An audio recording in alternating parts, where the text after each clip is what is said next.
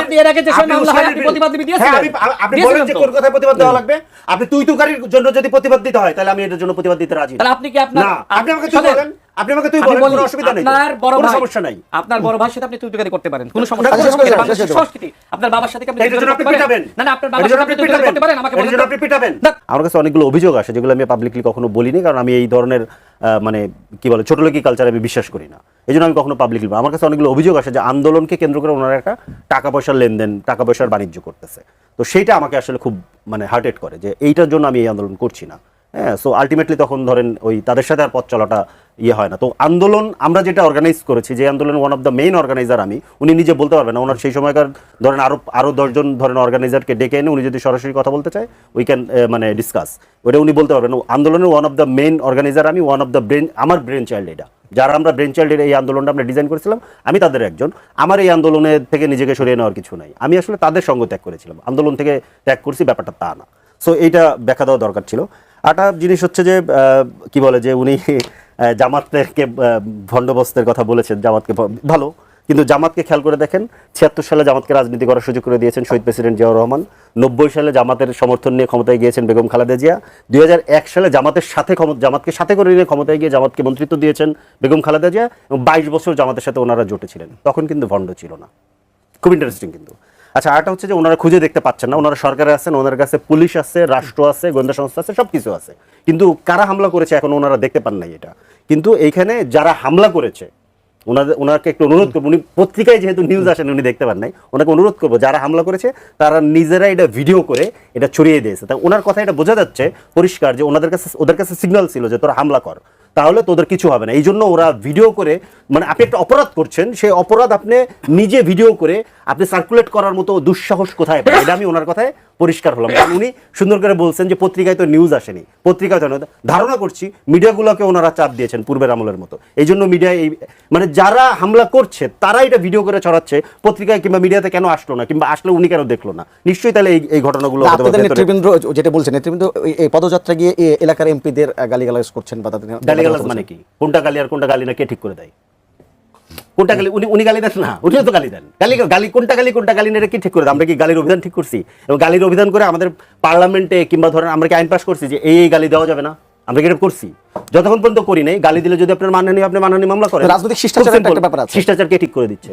কোত্থেকে ঠিক করছেন আপনি? শিষ্টাচার কি ধরেন কোত্থেকে ঠিক হচ্ছে শিষ্টাচার? রাজনৈতিক শিষ্টাচার কি এইটা যে ধরেন মনে করেন যে ওই যে ওনাদের এক সিনিয়র নেতা বলছেন যে মূত্র বিসর্জন করলে বঙ্গোপসাগরে ভেসে যাবে? রাজনৈতিক শিষ্টাচার কি এইটা যে ওনাদের এক মন্ত্রী, বর্তমান মন্ত্রী, তার নেতৃত্বে যুবদলের এক নেতা লম্বা সময় যমুনা ঘেরাও দিয়ে আন্দোলন করে সিটিং অ্যাডভাইজারদেরকে বলতেছেন মাহফুজ একটা সান্ডার নাম, আসিফ একটা ব্যাঙের নাম, এটা রাজনৈতিক শিষ্টাচার কিনা? ওটা শিষ্টাচার হলে এটাও তো শিষ্টাচার, কোনো অসুবিধা নেই তো। এটা মুখের কথা, মুখের কথাকে আপনার মুখের কথা পর্যন্ত রাখতে হবে। আপনি একটা জিনিস খেয়াল করবেন, সহিংসতা এবং উস্কানি আপনি বলছেন না, উস্কানিকে সহিংসতার অজুহাত বানায় কারা?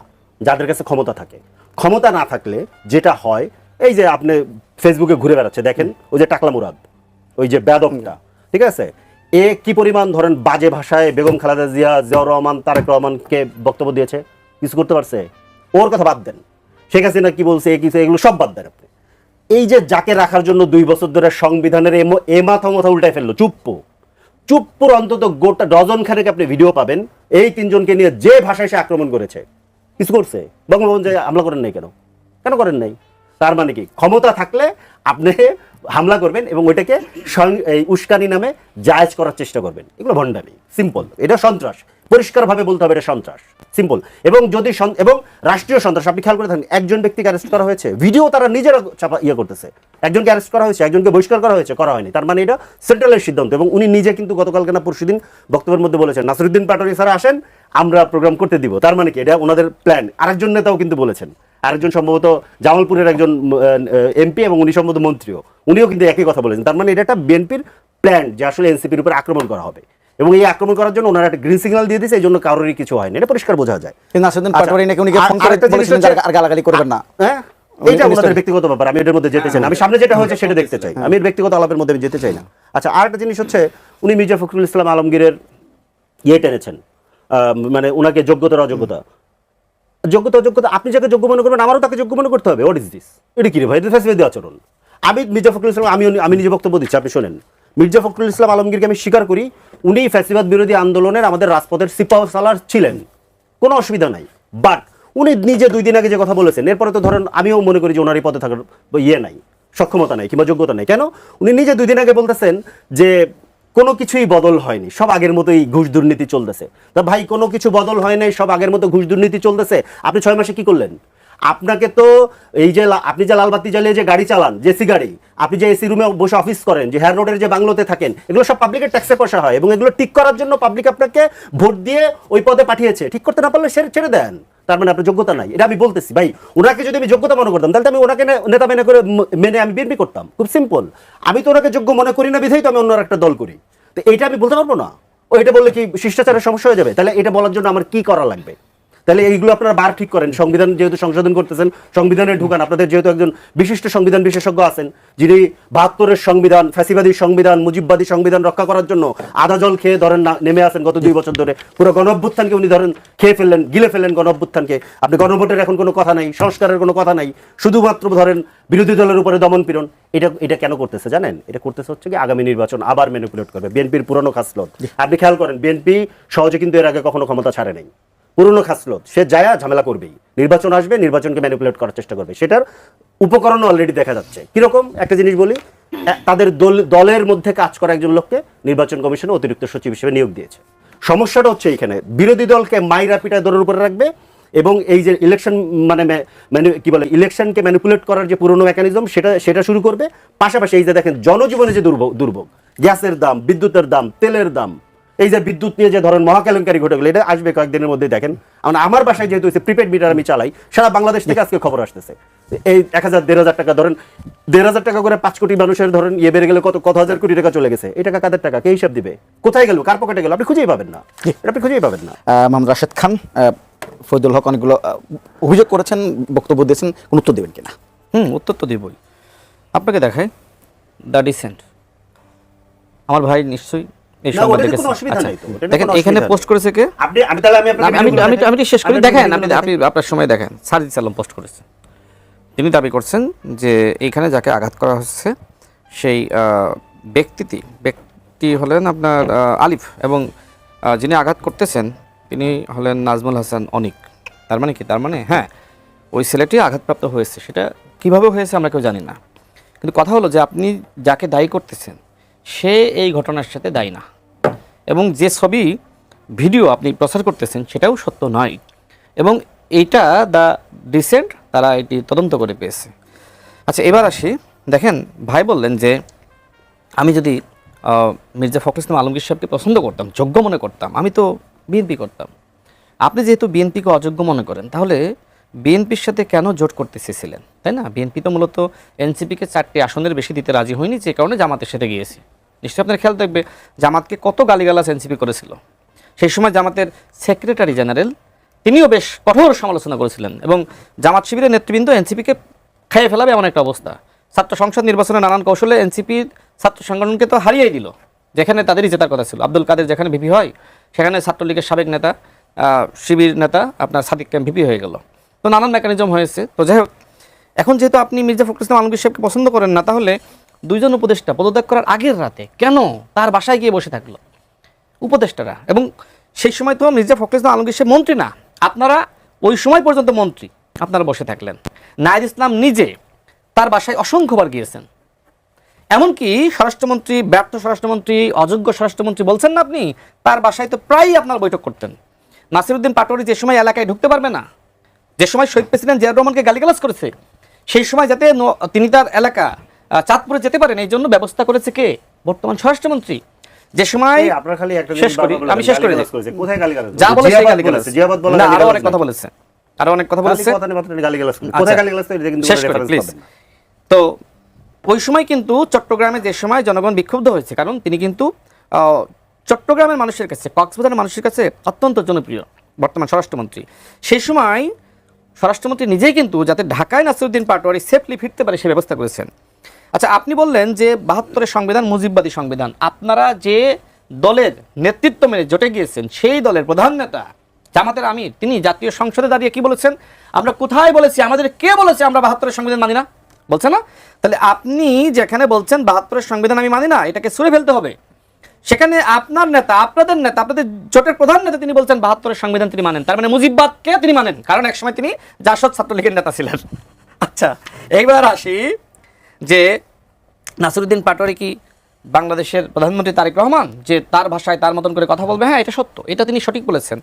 নাসিরউদ্দিন পাটোয়ারি তিনি একসময় ছাত্র ফেডারেশনের রাজনীতি করতেন, তবে ছাত্র ফেডারেশনের রাজনীতি করা অবস্থায় তিনি ছিলেন আবার শিবিরের সাথী। তিনি কিছুদিন আগে একটি পডকাস্টে সাক্ষাৎকারে নিজে এই কথা বলেছেন। তার মানে কি? তার মানে আপনি শিবির করা অবস্থায় বাম করলেন, এরপরে আপনি গেলেন কোথায়? আপনি গেলেন, যেহেতু ছাত্র ফেডারেশন থেকে আপনাকে বহিষ্কার করে আপনি গেলেন এবি পার্টিতে, তারপর এবি পার্টি ছেড়ে আপনি তখন আবার নাহিদরা যে সময় দল গঠন করলো আপনি সেটি করলেন, এনসিপি করলেন। আপনি কি করলেন? আপনি জুলাই গণঅভ্যুত্থানের মহানায়ক হিসেবে আপনি কি করলেন? আক্তার হোসেনকে মাইনাস করে আপনি হয়ে গেলেন জাতীয় নাগরিক কমিটির আহ্বায়ক, আর আক্তার হোসেন হয়ে গেল সদস্য সচিব। এটা কোন প্রক্রিয়া? এটা কি প্রতারণা না? যেখানে আক্তার হোসেনকে কেন্দ্র করেই ছাত্র শক্তি গঠিত হয়েছিল, সেখানে আক্তার হোসেনকে কিভাবে কোন প্রক্রিয়ায় মাইনাস করেছিল এখনো পর্যন্ত তাকে নানানভাবে মানে বলা যায় পিছনে রেখেছে। এনসিপিতে যারা যোগ্য নেতৃত্ব, আমি ফরিদুল হক ভাইয়ের সাথে হ্যাঁ টকশোতে আমাদের আলোচনা হবে ঠিক, কিন্তু ফরিদুল হক ভাইরা যে প্রত্যাশা আশা নিয়ে তারা এনসিপিতে যুক্ত হয়েছিলেন সেটার কতটুকু বাস্তবায়ন হয়েছে? তারা নিজেরাই সমালোচনা করেছিলেন। জামাত সম্পর্কে আজকে হয়তো তিনি সমালোচনা করেননি, কিন্তু নির্বাচনের আগে তিনি, মনিরা শারমিন, সামান্তা শারমিন থেকে শুরু করে সরোয়ার তুষার, তারা তো ব্যাপকভাবে সমালোচনা করেছিলেন যে জামাতের সাথে জয় যাবে না। দেখেন, রাষ্ট্র সংস্কার আন্দোলন যে দল তিনি আগে করতেন, সেই দলের সাথে এই নতুন দল এনসিপি অত্যন্ত ভয়ানকভাবে প্রতারণা করেছে। দেখেন, হাসনাত কায়েম সাহেব তিনি আমার একজন আইনজীবী ছিলেন, আমি যে সময় 2018 সালে জেলে, দেখেন একজন ভালো মানুষ, তিনি বিএনপির সাথে যুগপৎ আন্দোলনে ছিলেন। তাকে বোঝানো হলো যে আমরা নতুন জোট করব, আপনাদেরকে আমরা ওয়াদা করছি, আর যার সাথেই যাই না কেন, জোট করি না কেন, জামাতের সাথে অন্তত জোট করব না। এই বলে নাহিদ ইসলাম তাকে আনলো, বিএনপির যুগপৎ আন্দোলনের জোট থেকে বের করে আনলো। এরপরে কি করলো? সেই জামাতের সাথে চলে গেল। এখন অ্যাডভোকেট হাসনাত কায়েম সাহেব তিনি কি হয়ে গেলেন? তিনি অত্যন্ত বিব্রত হলেন। তার একটি বক্তব্য নিশ্চয়ই আপনিও শুনেছেন, তিনি বলছেন যে এনসিপি জাতির যে ক্ষতি করেছে, জাতির সাথে যে ধোঁকাবাজি প্রতারণা করেছে, সেটা এনসিপি নিজেও জানে না যে জাতির সে কত ক্ষতি করেছে জামাতের সাথে যাওয়ার মধ্য দিয়ে। তার মানে কি?